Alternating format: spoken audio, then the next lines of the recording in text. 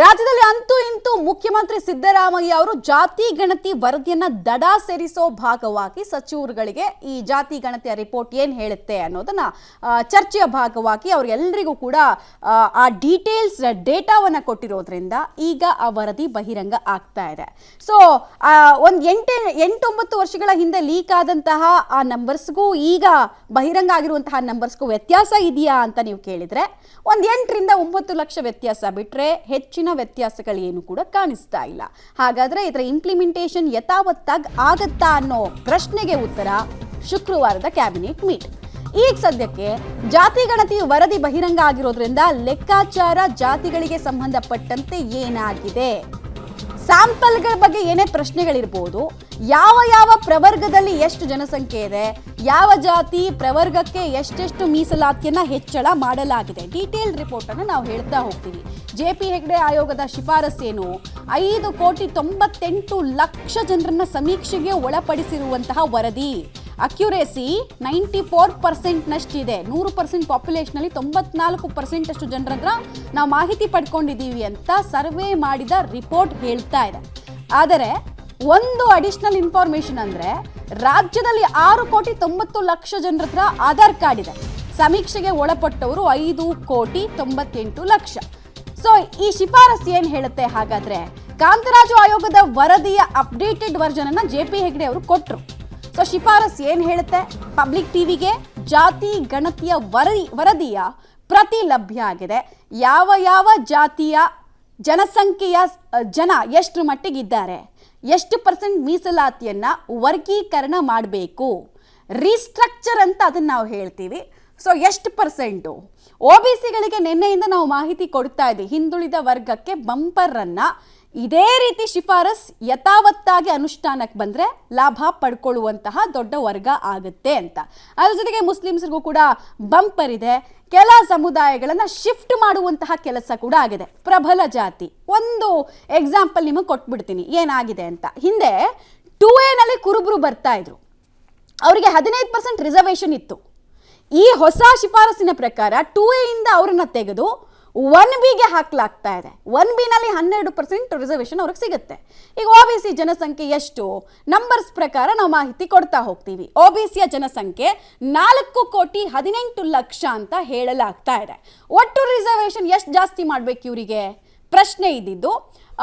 Reservation ಸದ್ಯಕ್ಕೆ OBC ನಲ್ಲಿ ಬರುವಂತಹ ಅಷ್ಟು ಸಮುದಾಯಕ್ಕೆ 32% ಇತ್ತು. ಈಗ ಅದನ್ನು 51% ಮಾಡಬೇಕು ಅಂತಿದೆ. SC ಪಾಪ್ಯುಲೇಷನ್ ಎಷ್ಟಿದೆ ರಾಜ್ಯದಲ್ಲಿ ಅಂತ ಕೇಳಿದ್ರೆ ಹೈಯೆಸ್ಟ್ ಇದೆ. 1,09,29,347 ಜನ SC ಸಮುದಾಯಕ್ಕೆ ಸೇರಿದವರು ಇದ್ದಾರೆ ಅನ್ನೋದು ಕಲೆಕ್ಟೆಡ್ ಡೇಟಾದ ಇನ್ಫಾರ್ಮೇಶನ್. ST ಜನಸಂಖ್ಯೆ 42,81,289 ಜನ ಇದ್ದಾರೆ. ಇದು ST ಸಮುದಾಯಕ್ಕೆ ಸೇರಿದಂತಹ ಲೆಕ್ಕಾಚಾರ ಆಗ್ತಾ ಇದೆ. ಓಕೆನಾ? ಇದಾದ ನಂತರ ನಿಮಗೆ ಸಾಮಾನ್ಯ ವರ್ಗದ ಜನ ಅಂದರೆ ಜನರಲ್ ಕ್ಯಾಟಗರಿ ಸದ್ಯಕ್ಕೊಂದು 27% ಅಷ್ಟು ರಿಸರ್ವೇಶನ್ ಇವರಿಗಿದೆ. ಆದರೆ ಅದು 29,74,153 ಪಾಪ್ಯುಲೇಷನನ್ನು ತೋರಿಸಲಾಗ್ತಾ ಇದೆ.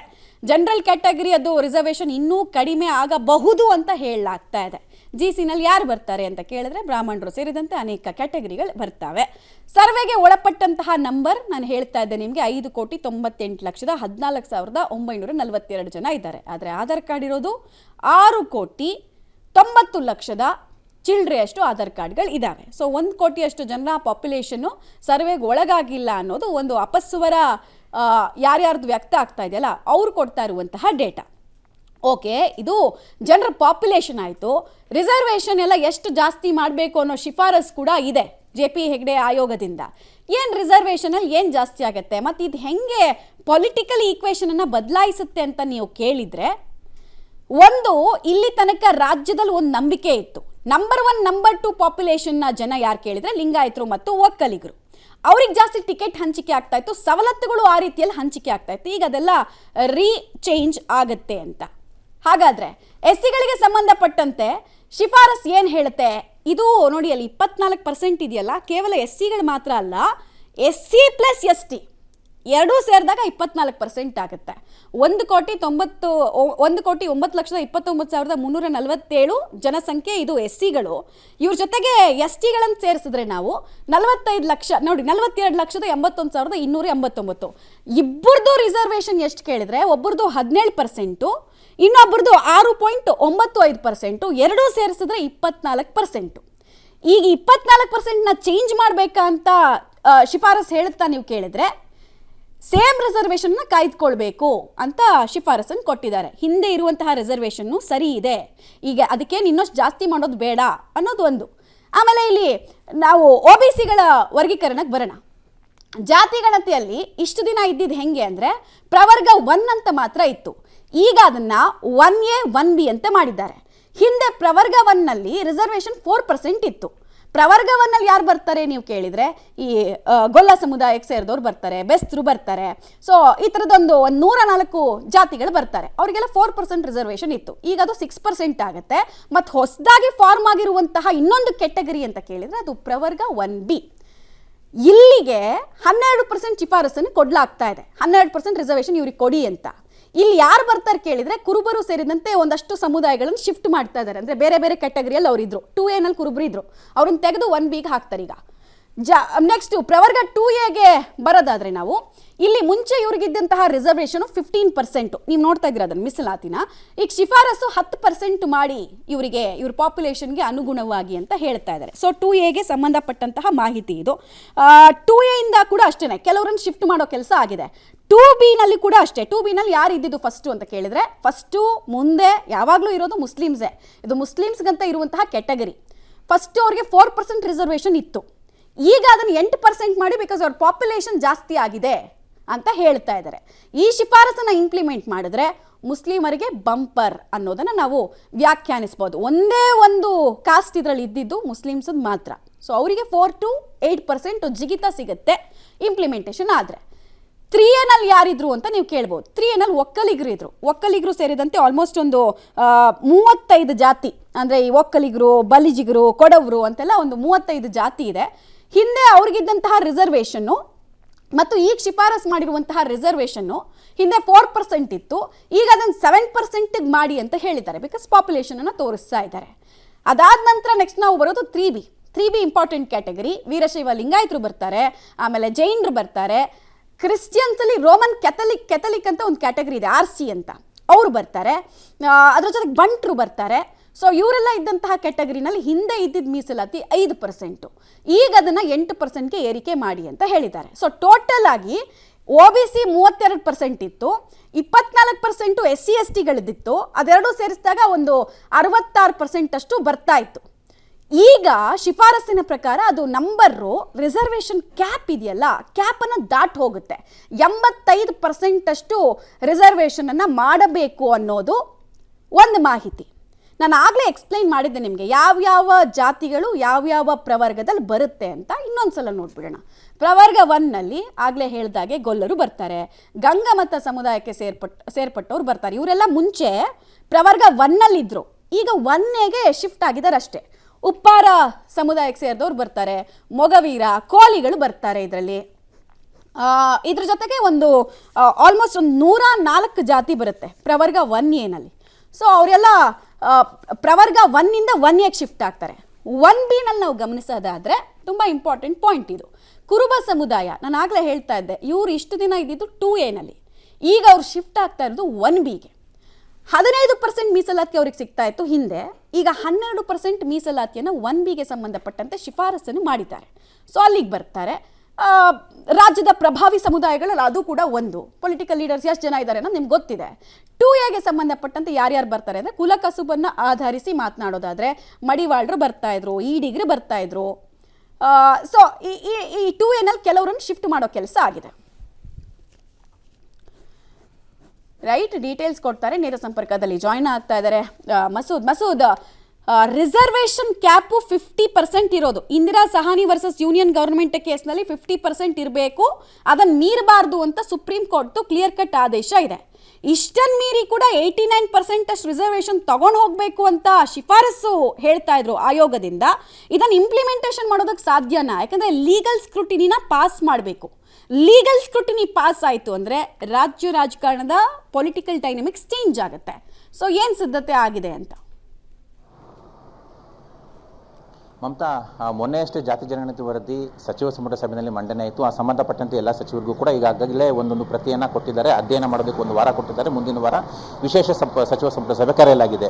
ಮುಖ್ಯವಾಗಿ ನಿನ್ನೆಯಿಂದ ವರದಿಯ ಅಂಶಗಳು ಸಾಕಷ್ಟು ದೊಡ್ಡ ಪ್ರಮಾಣದಲ್ಲಿ ಬಹಿರಂಗ ಆಗ್ತಾ ಇರುವಂಥದ್ದು.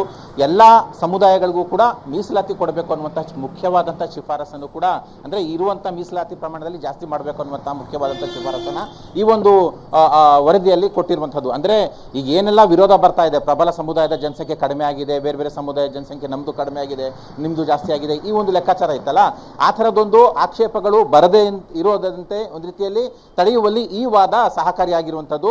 ಈಗ ಪ್ರಬಲ ಸಮುದಾಯದವರು ಒಂದು ರೀತಿಯಲ್ಲಿ ಆಕ್ಷೇಪ ಈಗಿನಲೇ ಶುರು ಮಾಡ್ತಾ ಇಲ್ಲ. ಯಾಕೆಂದರೆ ವರದಿ ಇನ್ನೂ ಕೂಡ ಅಧ್ಯಯನ ಮಾಡ್ತಿದ್ದಾರೆ. ಜೊತೆಗೆ ಎಲ್ಲ ಸಮುದಾಯಗಳಿಗೂ ಕೂಡ ಹಾಲಿ ಇರುವಂಥ ಮೀಸಲಾತಿ ಪ್ರಮಾಣ ಜಾಸ್ತಿ ಮಾಡಬೇಕನ್ನುವಂತಹ ಶಿಫಾರಸನ್ನು ಕೂಡ ಮಾಡಲಾಗಿದೆ. ಹಾಗಾಗಿ ಎಲ್ಲೋ ಒಂದು ಕಡೆ ಒಂದು ಚರ್ಚೆಗೆ ಈ ಒಂದು ವರದಿ ವೇದಿಕೆ ಆಗಿದೆ ಅನ್ನುವಂಥದ್ದು. ಮುಖ್ಯಮಂತ್ರಿಗಳು ಕೂಡ ಒಂದು ರೀತಿಯಲ್ಲಿ ಜಾಣ ನಡೆ ಅನುಸರಿಸಿದ್ದಾರೆ.